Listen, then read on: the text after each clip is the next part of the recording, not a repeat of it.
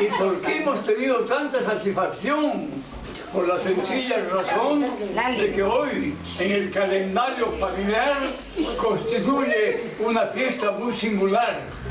Porque un día como hoy vino al mundo para la dicha y felicidad de todos los aquí presentes y de toda la familia, una niña muy linda, muy hermosa.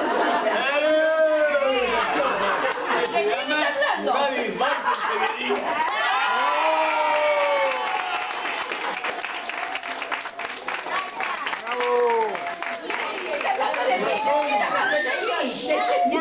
Razón por la cual hoy mi querida hija, todos los aquí presentes y también los ausentes y nuestra querida madre desde el cielo, les llenamos de bendiciones y pedimos que el cielo se colme desde la cabeza hasta los talones de dicha y de felicidad.